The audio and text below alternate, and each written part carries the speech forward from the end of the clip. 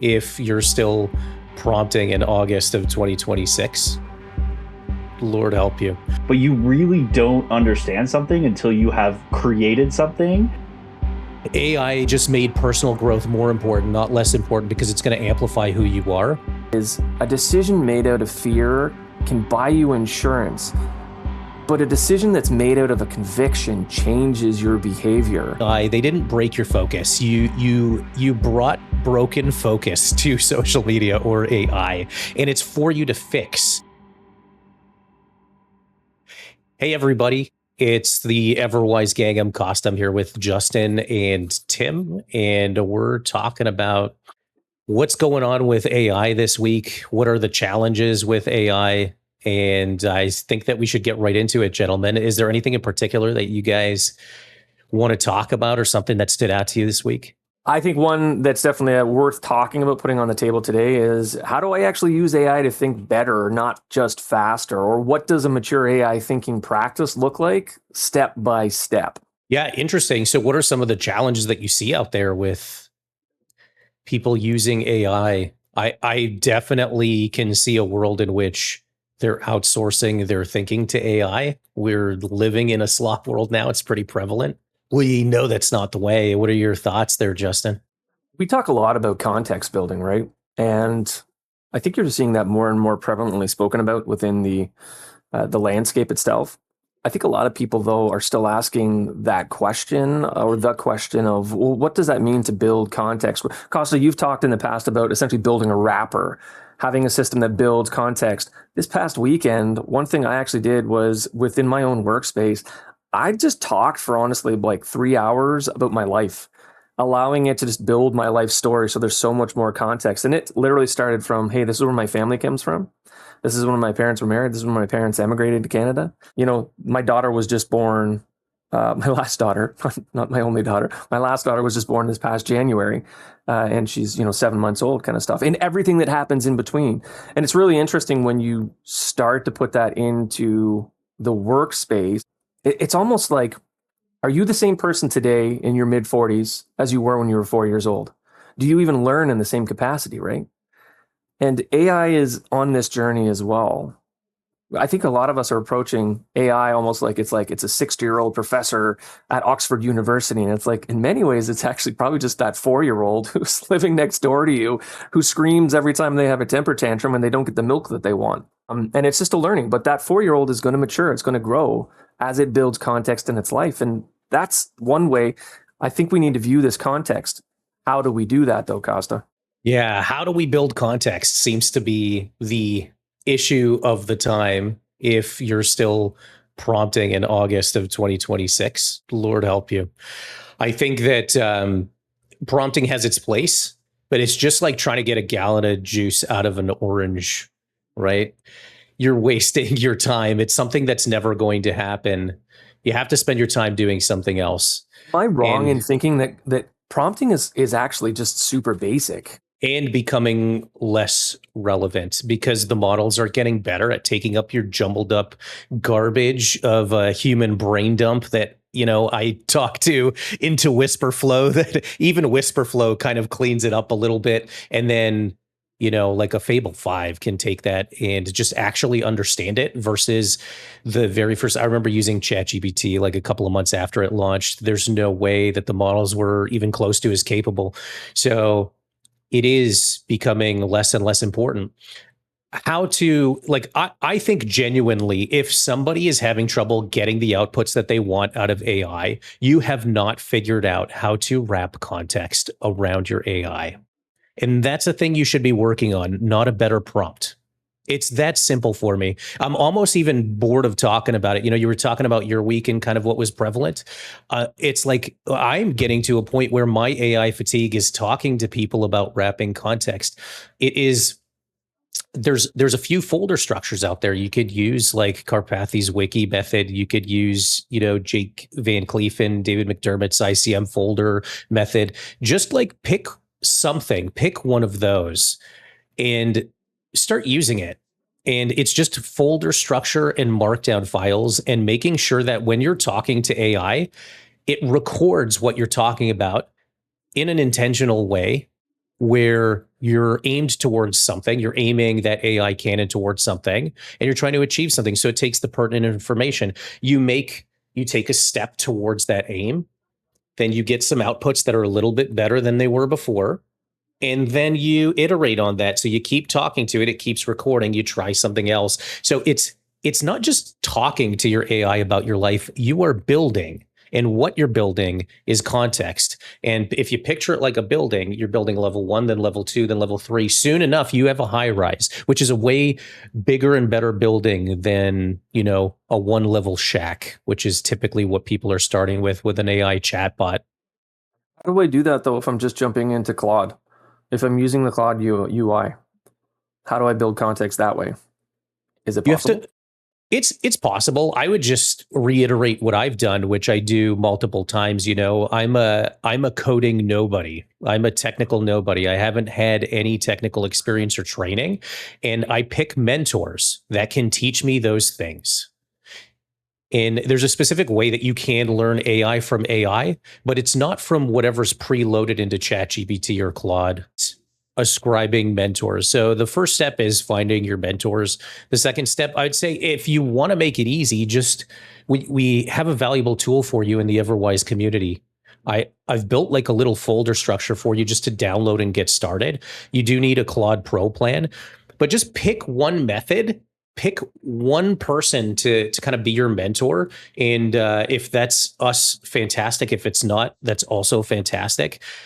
And just go and try to build deep, try to go deep instead of trying 5,000 different things and going shallow on them. Hey, Tim, is there any worth in us actually maybe going a little bit deeper and explaining what context is? Because I feel like that word might be just getting thrown around a whole lot right now, and people don't really necessarily know, what does that mean, context? Why does AI need context? I think it's worth talking about of what context means to Kosta, who's talking about folder structures in a high-rise building, and what context means to someone building a very intricate and complicated prompt. Because when I talk to people about prompting, it's usually just giving the AI chatbot enough context to give you what you want in one message rather than 75 messages or 20 messages or something. So it's like the prompting it's just, I feel like people are talking about the same thing. They're just going about it in a inefficient way, so to speak. Kosta, can I get your thoughts on what is the difference between context in a prompt and context in a folder structure that you're setting up? Here's how I would break it down in examples, right? So when you do this really long prompt, you're putting your AI to work. Let's call your AI Archie, like I do. To start giving it human traits, that's where the world starts going downhill. People start marrying AI. But anyways, let's say I'm putting Archie to work, right? I'm putting my AI to work. And I have this really long prompt of everything that I've built up, that I've saved, that I want Archie to do. Every time Archie has to do something, he has to reread that prompt. It's that AI with amnesia thing. And Archie's just like us. You can only fit so much in your head before you're overwhelmed. And it'll max out. Like, think about it in terms of like thinking in memory. If I want just even a human being to write, let's say, a marketing plan or a marketing document, I want to give that person the pertinent information. When they're sitting down to write their marketing document, they're not like, let me see here, I'm going to think about my newborn baby and what I'm having for dinner. No, they're targeted about what they're thinking, and their aim matters, right? And you want to give them the most context, the most information around what you're actually doing. And when you build a folder structure, you can load pertinent context without having the garbage associated with it, or it can be really targeted. So you can load up more context about what somebody needs to know. And it's much more efficient for token usage and prompting, but it actually it clears up Archie's mind to not be thinking about everything. And because after every conversation you have with Archie, they have amnesia, like the 50 First Dates example that we gave you. Imagine, Drew Barrymore in 50 First Dates having to rewatch that VHS tape that Adam Sandler gives her every time, like every day. She's got to watch it because she keeps forgetting. Rereading that whole prompt every single time is rough. So I would just translate that into, if you think of like Archie as a person, just freeing up some mental bandwidth so that the person can take all the pertinent information and target it towards that thing. And that's why context is better than prompting. The second reason, and a major reason, is AI fatigue right now is constantly telling AI the same thing over and over again, just to get that output, because it does have that amnesia effect and your context gets saved. And that's the building effect that I was saying, where you can do that with a prompt. It's just so much more work. I now talk to my AI like it's a human being, and I built the system and structure for it to just save the things automatically that you have to think about to build a prompt.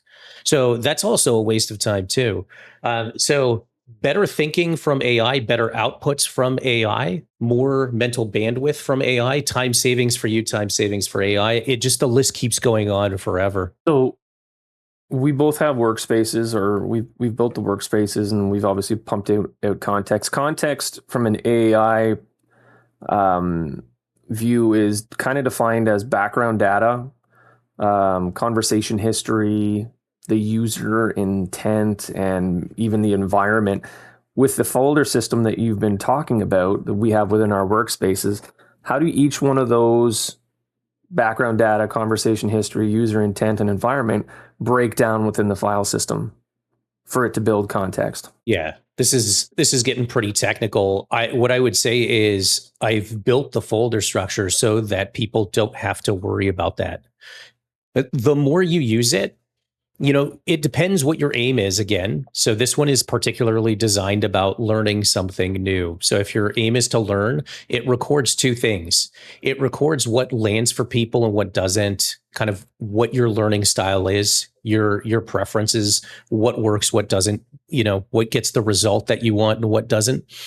And that comes from you having a conversation with it. So if you were having a conversation with your tutor and them explaining it some way, and it doesn't land, then they would try to explain it a different way. And if that lands, then it'll record that. So it records like your learning style. But it also, we believe this wholeheartedly, all three of us, building something is actually learning, right? When you don't know what to do, when you're trying to learn something, absorbing more and more information from gurus or even great mentors that have done the thing doesn't help. And sometimes you don't know where to start. So you just take whatever, if you're building a brand on Instagram, you don't know where to start. Start with making an account, start with posting. It's going to be terrible, but just start and then analyze what happens and then kind of build from there and form your ideas.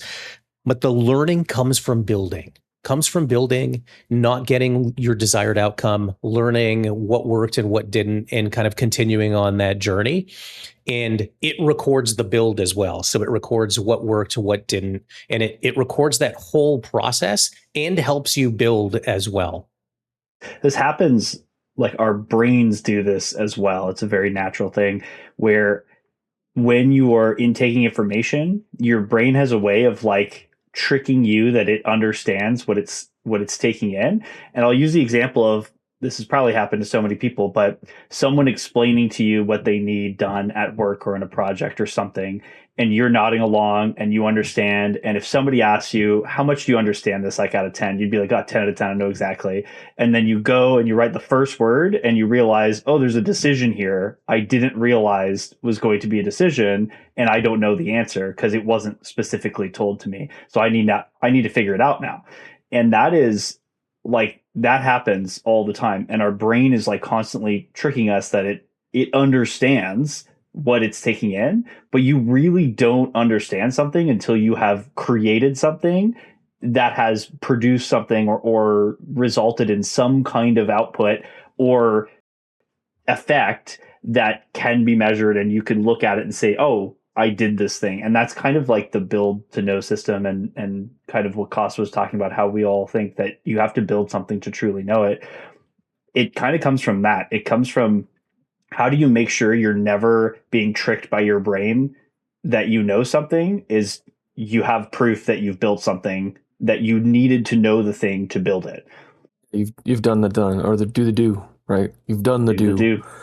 Yeah. And I know that we all kind of agree, Kosta, you talk about this, that you just got to start by taking a step.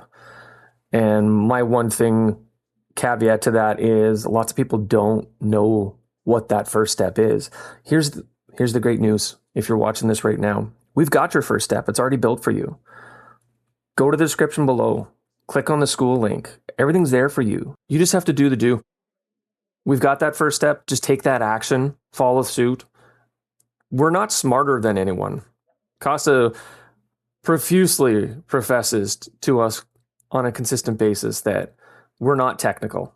He's not technical. I'm not technical. Tim's not technical. And when you hear these conversations, it might be perceived that way, but we just did the step a little bit earlier. We're not any more intelligent than anyone else. You can do this. And that first step's there. So I really encourage you just to click on that school link, join our community. It's absolutely free. And those steps are there for you. It's through blood, sweat, and tears, like heartache and pain, that I've learned these things. I keep hearing stuff that I've gone through, like, half of my work is just telling AI how to behave, and if you're not saving those things, it doesn't compound to where you have built all this context and now you're able to leverage this big AI monster. So the more you use the tool, the better it becomes. Don't go through all that heartache and pain. I'm trying to my best to like shout from the rooftops to let people know you don't have to. There are people that have walked that path, gone through the blood, sweat, and tears, the heartache and pain to save you time and to save you that pain. And we have that tool, and it's free. So just join the community. And the thing is, as you use it, it becomes better. But as you use it, we make it better too. So the tool will become better over time, the more people we have using it. And what a nice friendly exchange that would be if you join the community, use the tool, and we all kind of make it better together. Yeah. Any autodidact or self-learner has probably bought a book once in their past for learning experiences. That book was written out of someone's personal experiences, walking the walk and just writing it down. This is what I've done. This is exactly what we've done. We've just kind of put our learnings down for people, and it's free. So why not? Come join. Why not? Especially if you're wasting time. Like if you're telling AI the same thing twice over and over again and feeding the black hole that is AI amnesia, and you're frustrated, you're already wasting time. Just make sure that you have that folder structure you can download for free in the Everwise community. It'll at least save those things and help you build up structure. Now, it is aimed towards you learning. So if you're an autodidact, it also provides structure.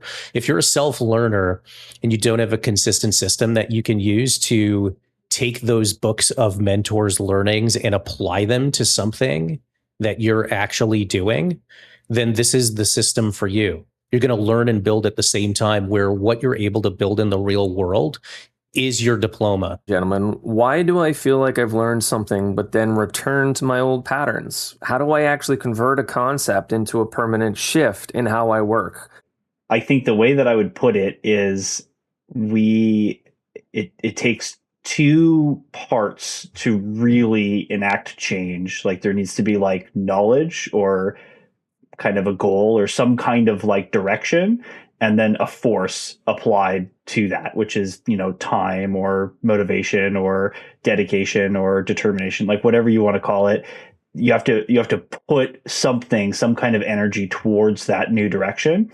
And when we do things and they become the norm, and it's every single person watching, every single person who will ever watch this video has some sort of norm in their life, right? Nobody truly experiences a unique day every single day. There's things that happen. We wake up at similar times. You wake up in the same bed. You brush your teeth with the same toothbrush. There's so many parts of your day that are similar to previous ones. And that's not like by accident. It's not just like a bunch of marbles randomly like landed and that's how we live our lives. Like our brains are wired that way. Like we want to do the same things every time, and we want safety, and we want to know where our food is coming from and all that. So the way that I imagine it and the way that I kind of explain it is, every time you do something you've done before, you are digging a trench that makes it easier to walk that path, and it just compounds. You just keep doing it. If you keep, digging that trench, it's going to be easier and easier to walk it. And the caveat there is, it's harder to change directions. It's harder to apply that force, because there's so much force in the trench keeping you in that one direction. So I think that's my answer to the question, which is, why is it so hard? Even if you pick something or know something, it's because that force, depending on how long you've been doing something and how much of it is habitual and how much of it is subconscious, it takes an immense amount of force to get out of that trench. And then it takes a lot of force to keep building that trench before it's a trench that you're in every day. And people say this all the time. Anyone who is, past middle age and it is fit always says it is way easier to stay fit than get fit. Like, it's just, once you've dug that trench, your brain and your mind and your body all follow along, a lot nicer than having to start something new. I would approach it. I have this story in my life that I call the 2 yeses, and I'm pretty sure I've shared with you guys, and it's really kind of my faith journey. And it to break it down from the complexity that actually is into something that's manageable. These 2 yeses came from 2 kind of decisions, 2 days in my life. And the first one was actually September the 11th, 2001. Obviously, older generations, we very distinctly remember that day, where we were, almost probably down to how the air smelled that day. It was life-changing to see the world around us kind of crumble from what we thought it was going to be. There was never more unassurity that day. And I remember, I'd already been kind of broaching the faith question for a while at this point, but there was something that hit me that day where it was, how is it that a person wakes up and goes to work and they're there for an hour and a half and a plane flies into their building and they lose their life? That didn't make sense to me. And there was a lack of insurance. And I made this decision that in the next day, pretty much after asking a number of questions, where, I was asked, do you give your life to Jesus? And I said, yes, but my life really didn't change for quite some time. Yeah, I started going to church and I met some new Christians, but I was still doing the same old stuff. I was still going out and partying. I was, drinking and doing all those kind of things. Nothing like on the surface of my life changed until probably almost a year later, when I was actually with my grandparents and my brother and my now sister-in-law and some other people. And I heard this message, and there was a conviction that hit me that day that I'd never been hit with before, that I recognized who I was and how I needed him. And it was, again, it was long and convoluted, but I remember my grandmother looking at me 3 times, and I could see her in the corner of my eye. And I was just saying to myself, don't touch me, don't touch me, don't touch me, the entire time, because I knew I was going to break. And then she did, and I broke down, and I just started weeping and crying, and all these people started hugging me. And from that day on, my behavior did change. I'm not saying that I was like this good old Christian boy or anything like that, but there was always something like in my conscience that I actively knew, hey, I shouldn't be doing this. Hey, I shouldn't be doing this, where that voice wasn't there before. And I would kind of sum it up. The lesson for me with that is, a decision made out of fear can buy you insurance, but a decision that's made out of a conviction changes your behavior. And only one of them was real to me. And I could tell because of what happened next. And I think that's the same with anything. I know that's a bit of a story, but anytime we really see behavioral change, it happens because conviction changes us. Why do we keep doing the same thing over and over and over and not seeing any change? I think it's because we're not convicted. You might be seeking that insurance. Hey, AI keeps telling me, or people keep telling me that AI is going to be, just game changing and I can be a millionaire. But that conviction is not necessarily there with you. But once that conviction actually happens, that it's like, hey, I need to change, whether it's I need to physically start working out, I need to exercise, I need to start eating right because I'm going to be dead by 50 if I keep on that road. When that conviction really changes in you, that's when your behavior starts to change. The one thing I would add is, not as deep as of a transformational story as maybe Justin has, but I think I would drive it to the only place I see left to talk about, which is real problems specifically that people deal with in transforming. And there's a problem of focus and distraction that I've dealt with my entire life. And, for me, I remember being a young man, probably like, I want to say like 15. And I actually realized I had a problem because of my chemistry teacher. Shout out Mrs. Bray.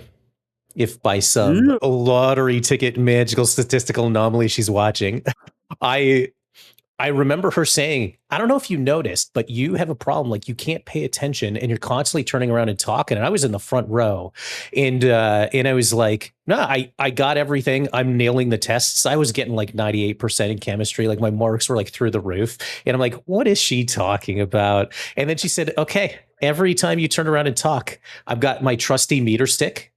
No violence was occurring. She would just poke me with it. She wouldn't hit me with it. She was like, I'm just going to poke you. And she was so calm and mild mannered. She was such a sweet lady. She just wanted me to identify that I actually had a problem, which was like, I was oblivious to at that point. And literally, I'm like, okay, I'm going to prove her wrong and I'm going to focus on what she's talking about. And literally 3 seconds later, Tim, I turn around and I feel a poke and I'm like, oh, shoot, let me pay attention. 5 seconds later, I turn around and she's literally poking me every 2 seconds. And the whole class is like giggling, under their breath. They're like, yeah, holy shit, I have a problem focusing. And that's the first time it occurred to me. And over the years, I've realized how difficult it is for me to focus and have attention and dive deep into things. And I'm very dopamine driven. And, as a side note for maybe one strategy that's tactical that people can take away, I break big things down into much, much smaller loops that I can work on and close. And I get that dopamine hit from finishing something and that drives momentum forward. So having real strategies really matters. And it comes from learning, first of all, that you like self-awareness that you have this problem. And it comes from understanding that we live in a world of distractions now, more so and more so.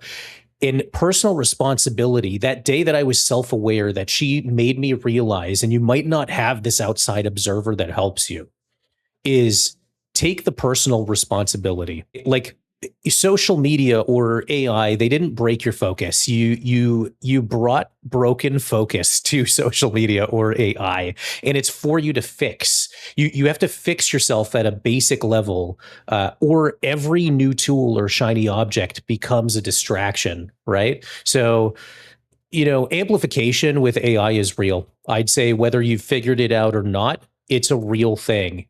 And AI just made personal growth more important, not less important, because it's going to amplify who you are. So take that personal responsibility, stop blaming other things or other people, and start transforming who you are. What does competence in AI assisted work actually look like? You did just say, Kosta, that AI absolutely can multiply you. It can enhance you. What does it actually look like? That's a loaded question. It's hard to describe it. I would just describe my personal experience because it depends what you pick. It depends who you are. It depends what your unique strengths are. It will amplify weaknesses if you let it as well. So an example that I would use is, let's say, building a YouTube channel. That's something that I'm using the Everwise Build to Know system for, is applying learnings, building context around building a YouTube channel. I started off not having any of that skill. I want to build up a YouTube channel. And what I've outsourced to AI is, for example, the editing. Help me pull information to analyze. But I'm still making the decisions on the titles, on the thumbnails, I'm gonna walk away better at titling or packaging something in YouTube. But one thing that I'm not learning is editing. What I did learn is how to make an AI editor, because that's like putting in an investment in a stock that pays you billions of dollars later on. If I had to learn editing, which was a prerequisite to like building a YouTube channel from scratch back in the day, and now I can outsource that to AI. I do quality assurance. I do quality watching. I tell AI how to do it better. All of the judgment stays with me, but now I can pump out way more videos. And because of that, I can learn titling way easier, thumbnails way easier, packaging way easier. That's an individual choice that I made. Whereas if Tim wanted to go the editing route, I want to really hone in and learn on editing, he would be doing all the editing and AI would be helping him do menial stuff around that. So there's no one answer to that question. It's very difficult to answer, but I think the number one thing that we keep driving people towards is, if you don't have the answers to the journey, just take the first step forward, start doing, and the answers will be revealed to you. Tim, you had a great analogy in a previous video talking about an artist and the brush that an artist uses to create a masterpiece, with AI in that story essentially being granted a much smarter brush, but still a brush. Is that just another way to kind of approach on this question, that it's an extension of the user and more people need to think of it that way? Yeah, I think you're in a right direction. I think the only kind of little amendment I would make on that is AI is a lot more complicated than a brush. And even though an artist can take a brush and make a masterpiece, most of that comes from them and how they use the brush.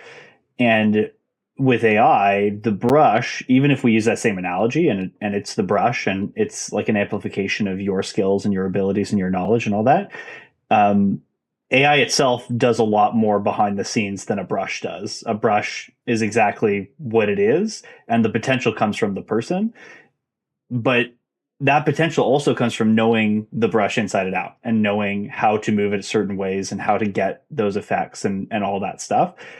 I think you do have to understand AI a little bit to have that same analogy run true. Like, to have a AI, be the tool that allows you to create a masterpiece. I think you need to understand that tool more than the average person should. I think that's the only amendment I would make, is that it's more complicated than a brush, but I think in essence it's very similar, with that amplification is happening, right? Like a certain type of brush might allow an artist to do something a different one couldn't do. Bring up the story again of the young man that is amazing with AI, just like an absolute savage with AI. Tim knows who I'm talking about. And it has like a giant cannon and just constantly talking to much, much more tenured and experienced people that don't understand AI at all as to where he can point this cannon. And they can't give him the answer because they don't understand. And I really think it's a melding of a simplified version, but it's a melding of experience and how to actually use the tool, which is a skill set. And the other thing that I would add is, I've mentioned this before, I really believe that there's a specific life skill that you need, because AI is a mirror and life is a mirror. For example, if you haven't understood or don't have the wisdom to understand that what you get in your life is an amalgamation of the ideas that you have and the actions that you've taken.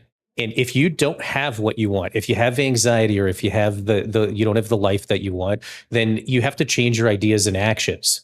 And it's the same thing with AI, right? The inputs that you're putting in are the outputs that you'll get. AI does like specific things that AI is good at, and you get this output. And if you don't get the output that you want, you have to, it's a mirror. It's telling you something. You have to be able to look into the mirror and read what's on the other side.